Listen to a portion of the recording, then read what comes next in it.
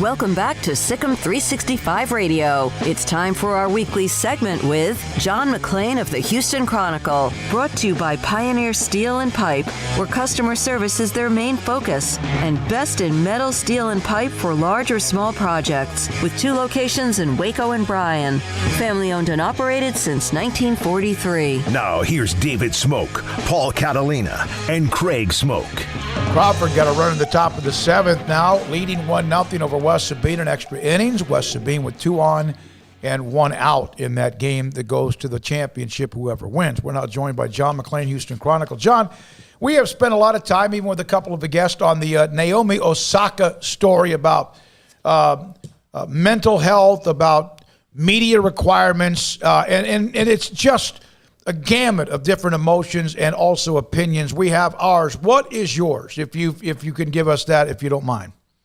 Well, first of all, mental health is a serious problem in this country, and anybody who has mental health issues deserves treatment, respect, time off, whatever they get, whatever they need, and they should take it off. And I'll say this, I've listened to a lot of people talk about this. The ones that are in the media business that used to be ex-athletes, they don't want to ever have to talk to the media if they don't have to. And it's in like standard NFL players contract. When you sign it, you have to cooperate with the media. Now, you don't have to answer questions any certain way. You don't have to answer questions at all, but you have to show up, because people that promote a product, sponsors, you know, when you have a news conference and people are sitting there and behind them on the wall are sponsors, those are the people paying the salaries of the people playing the game. And the media can do it to the public that pays attention. And when I say media, I'm talking about print reporters, online reporters, talk show hosts, television. Anybody that broadcasts a tennis tournament is paying rights fees for that, and that money goes to the players. So part of the responsibility is to show up and answer questions from the media. A lot of people don't like to do it. They know it's part of the job.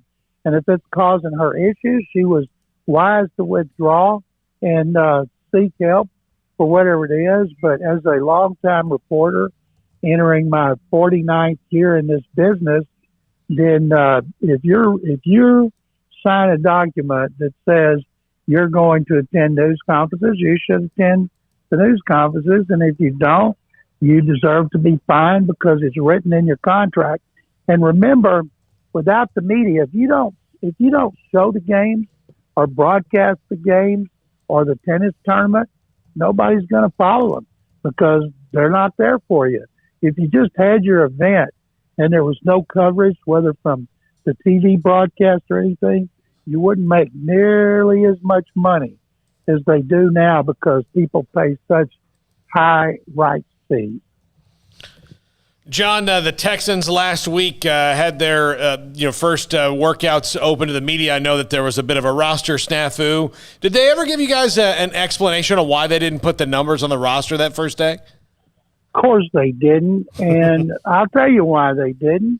Because the Patriots did it that way one time, and Patriot paranoia is invading the Texans.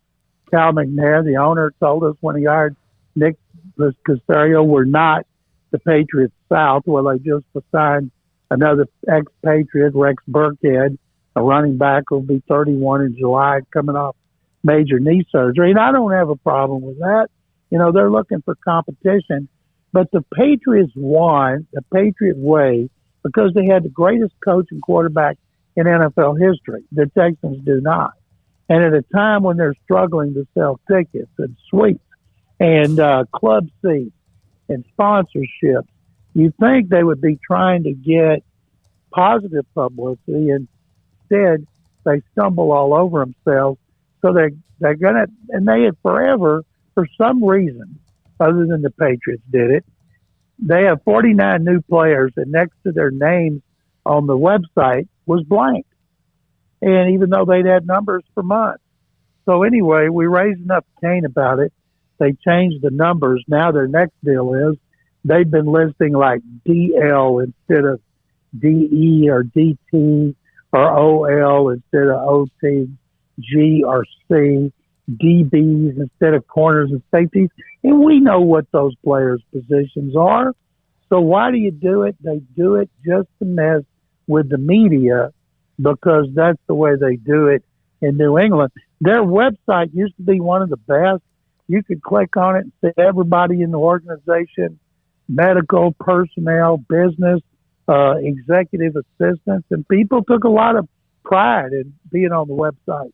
And then some Nimrod came in there and scrubbed it down to the department heads, which makes it one of the three worst in the NFL, one being Carolina. But guess who is the absolute worst?